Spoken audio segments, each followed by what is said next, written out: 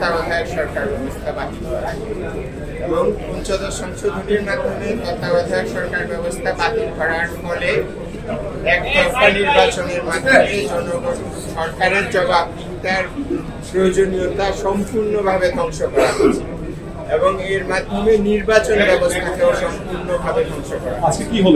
এবং যেহেতু নির্বাচন ব্যবস্থা ধ্বংস করা হয়েছিল তার ফলেই দেশের কর্তৃত্ববাদী ব্যবস্থা চালু হয়েছিল এবং আজকে এই যে কর্তৃত্ববাদী ব্যবস্থা চালু হওয়ার যে সূচনা তত্ত্বাবধায়ক সরকার ব্যবস্থা বাতিলের মাধ্যমে, সেই তত্ত্বাবধায়ক সরকার ব্যবস্থা বাতিলকে অবৈধ ঘোষণা করা হলো এবং তত্ত্বাবধায়ক সরকার ব্যবস্থা বাতিলকে শুধু অবৈধই নয়, মাননীয় আদালত বললেন যে তত্ত্বাবধায়ক ব্যবস্থা বাংলাদেশ সংবিধানের মূল কাঠামোরও একটা অংশ।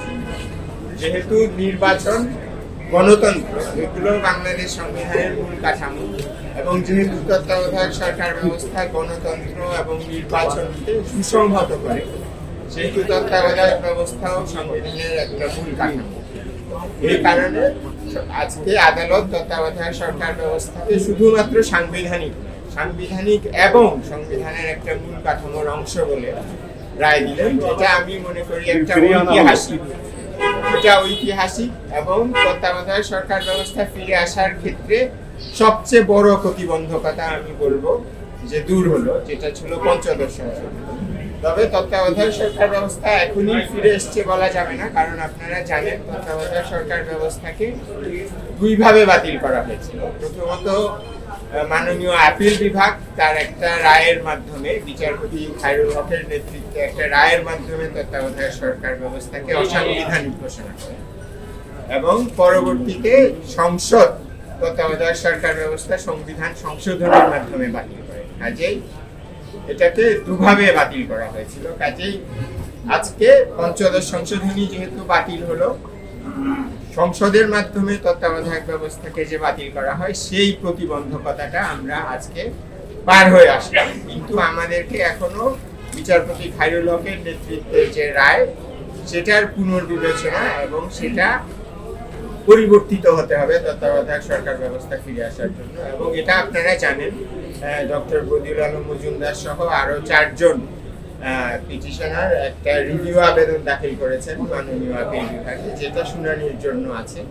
এটা জানুয়ারির 3য় সপ্তাহে শুনানি হবে এবং ওই রিভিউ মামলা যদি আমাদের রিভিউ আবেদনকারীদের পক্ষে নিষ্পত্তি হয়, তাহলে তত্ত্বাবধায়ক সরকার ব্যবস্থা ফিরবে।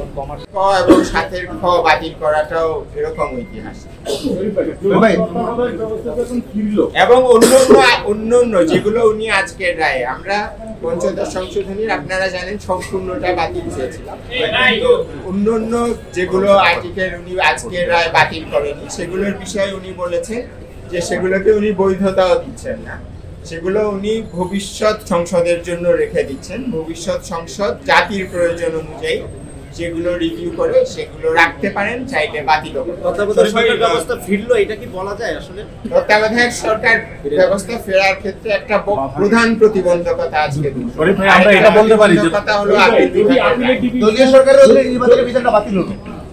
অবশ্যই মানে অবৈধ কার অধীনে হবে যদি আপিলের ডিভিশনও রেজিস্টার করে কোন ভবিষ্যৎ ইলেকশনের কথা বলছেন? নেক্সট যে ইলেকশনটা হবে, এরপরে যে ইলেকশনটা হবে এটা বর্তমান অন্তর্বর্তীকালীন সরকারের অধীনে হবে, যেটা প্রফেসর মোহাম্মদ ইউনূসের অধীন অন্তর্বর্তীকালীন সরকারের অধীনে হবে। এখানে আরো একটা বিষয় আপনাকে বলি, আপনাদেরকে পরিষ্কার করা উচিত, এবং এটা আমি আগেও একবার বলেছিলাম যে আজকের রায়ের মাধ্যমে তো সংবিধানের মধ্যে পঞ্চদশ তত্ত্বাবধায়ক ব্যবস্থা ফিরে এলো একরকম, কিন্তু এটা আবার আপিল বিভাগের রায়েরও একটা বিষয়, এবং আপিল বিভাগের রায় হয়ে গেলে তত্ত্বাবধায়ক সরকার ব্যবস্থা পুরোপুরি সংবিধানে ফিরে আসে।